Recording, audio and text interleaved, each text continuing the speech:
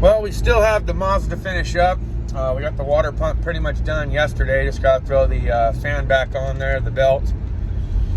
Right now, I got the thermostat housing to clean up, and we got to do a transmission service on it and replace some U-joints. But currently, for the beginning of the morning, we have our services for the first beginning of the day. This is a 2004 Chevy Astrovan. We're going to be doing an oil change, multi-point inspection, brake check, and replacing the transmission cooler lines. So we'll see how difficult that's going to be or how easy it's going to be. Try to film a little separate segment. So if you guys have a 2004 Chevy Astrovan, you want to know how to replace the transmission cooler lines, maybe I'll have a chance to show you how to do it.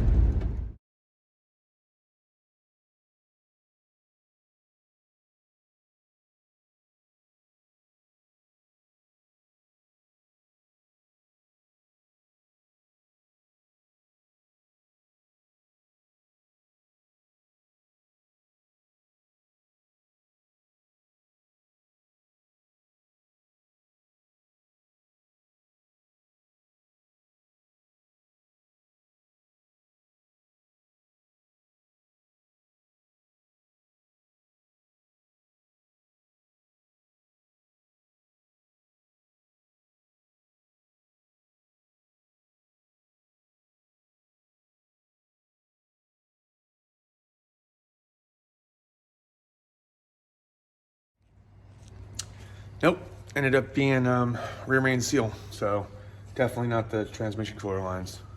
Just misdiagnosed, that's all. Something from another shop told them. At least we can tell them something different. But what is this noise?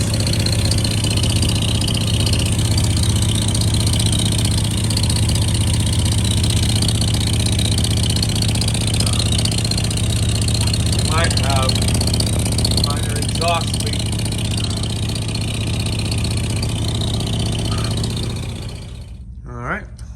Back on the Mazda.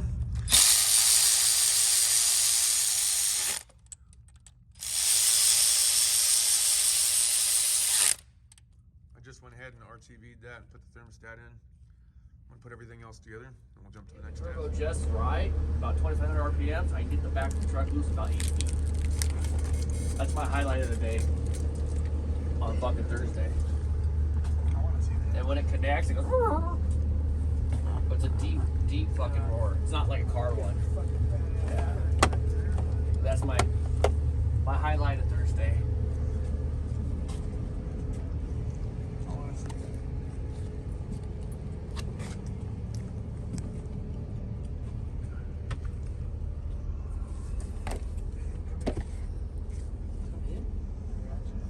No. Okay. Still waiting on it.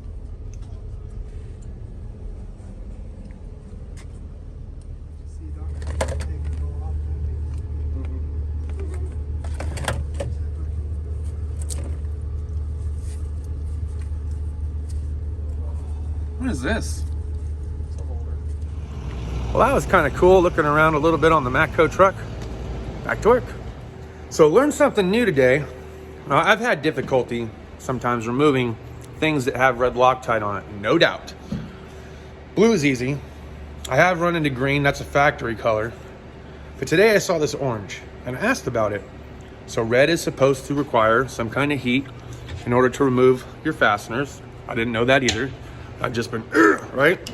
And orange is just supposed to be as strong as red, but without the requirement of heat. Pretty cool.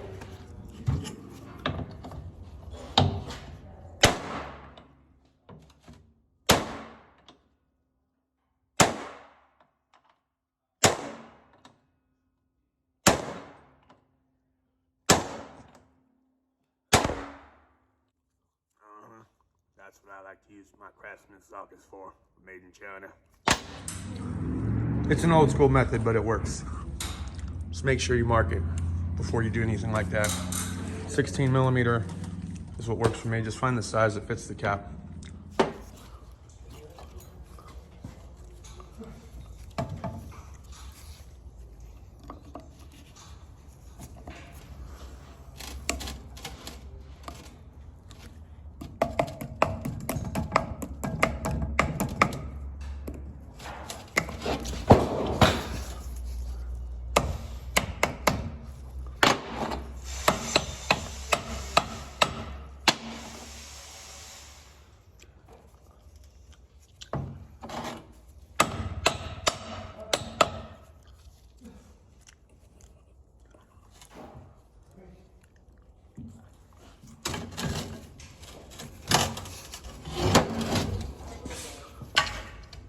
There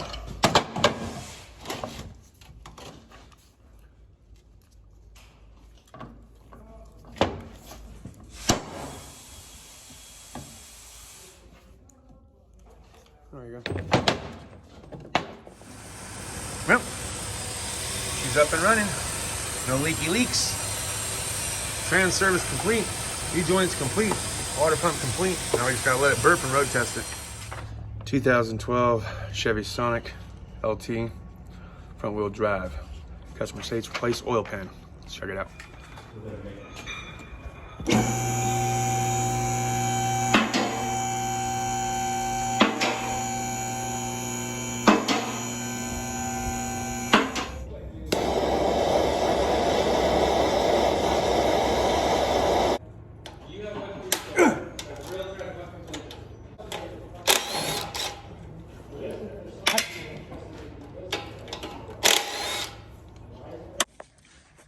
All right, so here's your dipstick, and it is an E12. That's what's holding it on. Crack it loose, get it off, wiggle, wiggle.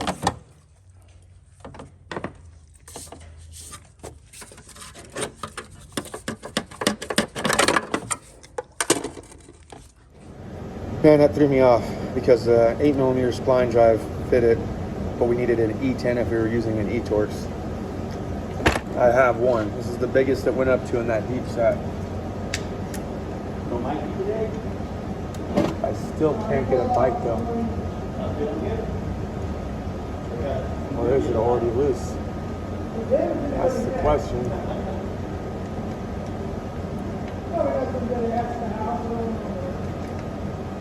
I feel like it's loose. It won't come out. It will not come out. We need to magnetize this thing. I need some kind of pull on it. Change the polarity. Come on, man.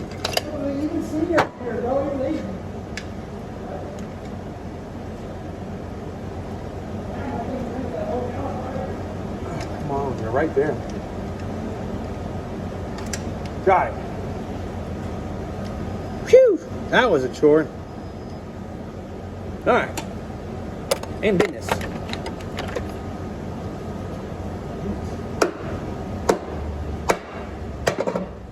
Got it.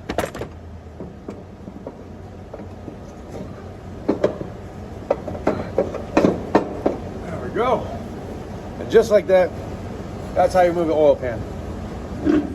All right, and you are gonna need an oil filter canister socket set. You don't have to get this one. Harbor Freight sells a MATCO version that's just like this. Works just as well. I've had it in the past. You can't really go wrong with it. So we're gonna take this over there. I think we're 24 is what we're using. I'll show you where the oil filter is. All right, so right here, just to the right of the exhaust manifold, is where the 24mm is. That's where the oil filter is. That's how you're gonna have to get it out. 2013 Hyundai Santa Fe. Customer said that the AC doesn't work. We were checking this out a couple days ago if you've been following the channel. Well, the AC line was found to be leaking down at the compressor. So the line's gotta be replaced. Oh, sweet. We got lucky. It wasn't the big one.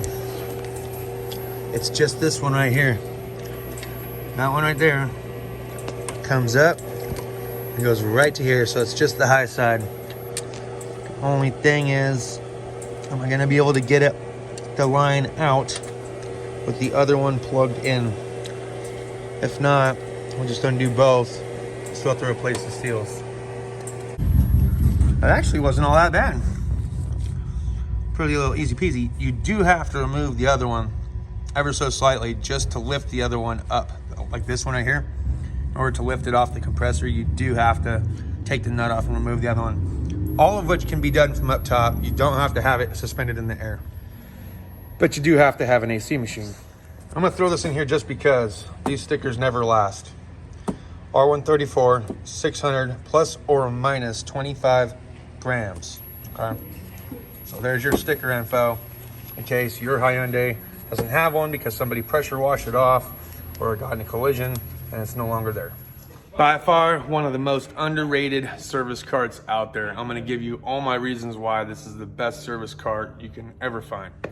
All right, so it's pretty universal. You can put magnetic trays on the side. If you have these magnetic lights that you can also pick up from Harbor Freight, they just sit right here on the rail, which is perfect and convenient. You got the little snap-on one over here, brake hooks. I got my 1/2 inch down there, RTV, some PB blaster, brake cleaner, white lithium grease, the air chuck, little snap-on speaker just because some music, right? Our wrenches from the gear wrench set. Coolant pressure tester because I use it pretty commonly right now. And then up top, of course, been doing a lot of soldering lately. The Milwaukee's right there, got the lug nut socket 1921, 1310, pretty common. This guy's gonna go home. Yep, there's an oil filter wrench I was using earlier. Pick. Okay, nice. I got my 3/8 kit here. It fits, the tray fits perfectly in here. Safety glasses, veneer, caliper, yellow glasses, hood strap prop, right? But look at this. It might be organized chaos, but look at how much crap this thing fits. You know what I mean? A 3/8 cordless ratchet, a pry bar, the die grinder, the 1/4 inch ratchet, mini scan tool, your brake checker, your tire checker, a whole bunch of pliers, scissors, disconnects, 3/8 drive, scrapies, pens, paper, more strippers, paint marker. I mean, there's still more room in here for more stuff.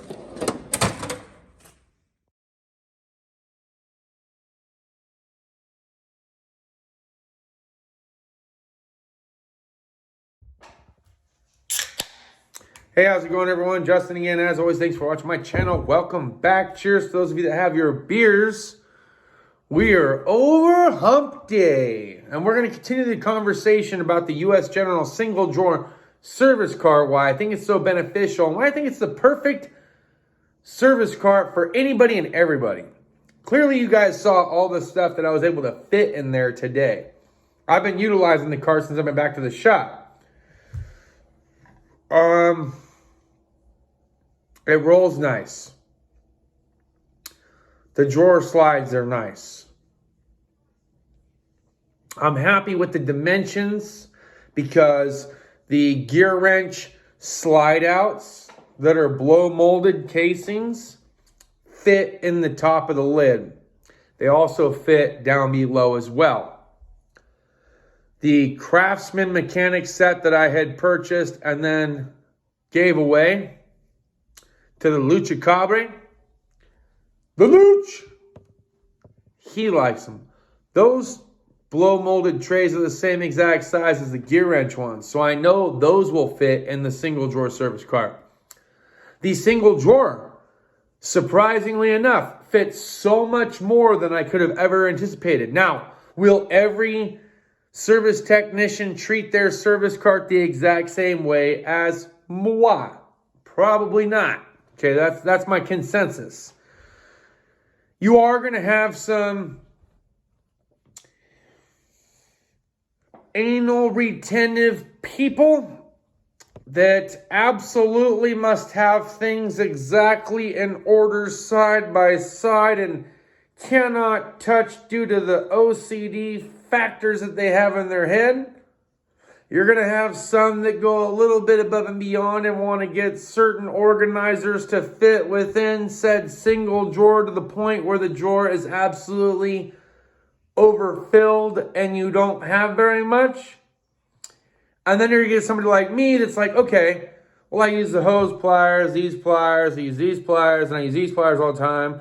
I probably use this 1/4 inch wrench quite a bit today, so I'll throw that in the drawer. I'm probably going to use all these cordless tools quite often throughout today because I got a lot of projects I got to do. I can throw those in the drawer. I got some inspections and stuff I got to do, so I need the tire gauge, brake gauge. I mean, I even need flashlights and stuff like that. Throw those in the drawer. You know, you see how I kind of have it set up. It's a little bit organized chaos. Oftentimes I'm asked to pull codes or go drive a car to check monitors, so I need a little pocket reader. Boom, toss it in the drawer. Sometimes I need my little spectacles so I can see stuff because I can't really see so good. Obviously, that happened today too. I thought I had some 8mm that I was dealing with. Turns out they were e-Torques, even still. Should have thought about that. All the rest of them were e-Torques, and yet, here we go, right? It's not the first time GM has done some stuff like this. I remember some of the oil pans that they had where they had 10 millimeters all the way around the 5.3 liter, and then randomly there was 2 8 millimeters in the back. So I was thinking, oh, okay, e-Torques all the way around, 2 8 millimeters up. Well, that's not what it was. So, doesn't matter. Be it that it may, this service car, I think, is the most universal thing you could possibly ever have. Magnetic trays, boom, boom, right on the side. Got some oily rags, toss them underneath, right? Or on top, shove them to the side. Hang them over the bars. They have this magnetic hook on the MATCO tool truck. You can put that on the back. Guess what? Throw an extension cord on the back and attach it to your service car. Bam, right? Ideas for days. This service car is probably the most universal service car you could possibly ever imagine. And for the right price. Now, I saw it for $100 on the internet.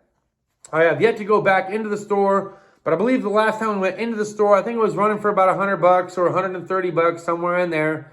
They may have adjusted the prices, I'm not exactly sure, but I can tell you this, it's still worth it right around there. You try to get one from Snap-on, you're going to be looking at like easily $240, $300. Right around there. You want to get the 5-drawer service cart that Blue Point or Snap-on sells, easily $1,200, right around the $800, $1,200, depending on if you're getting new or used. You go to Harbor Freight, a couple $100 still, right? Right? I think so. We are going to get back into doing some store walk-arounds. It is a little bit more challenging because every single store absolutely has to play music the loudest they possibly can, because a lot of us content creators have been going through the stores and recording some of the stuff that they have for sale on promotion and then talking about it. My narration ability is still a little bit limited. I am able to edit and produce certain videos. Music is hard. So you probably caught a couple of gaps where you couldn't hear anything transpiring. That's because I had to mute it, and that's because there was music playing in the background. When there's no music playing in the background, I can let the noise roll, and you guys can just hear everything as it is. All right, so that's all I got for this video. Let me know what your thoughts and opinions are over the Harbor Freight single drawer service cart down in the comments. Also, did you find this video to be helpful, informative in any kind of way? I know we talked about a few different cars. We talked about the Mazda B3000 a little bit. You got to see me in action a little bit with the Hyundai Sonata, right? Was it Sonata? No, Santa Fe. I'm sorry, Hyundai Santa Fe. We were working on the Chevy Sonic. If you want the full portion of that video will be posted on the channel, or maybe it went up first and this one came second, however the order went. I know that video was pretty long because it was one of my first 3 or 4 like how-tos. So it's in the how-tos pile. I'm going to try to keep some of the how-tos in a pile. I'm going to try my best to do, depending on what it is I'm working on, maybe 1 how-to per day that I film. I'm going to try to like daily vlog a little this and that of what it is that I'm doing. I can't guarantee you each and every single video is going to be very long. It just depends on what it is that I'm doing. But we'll always have time for some beer and bullshit when we come back to the house. I am looking forward to TGIF Friday. We do have soccer practice tomorrow. That's all I got for now. Cheers to those who have your beers. Stay positive. Happy wrenching. And deuces.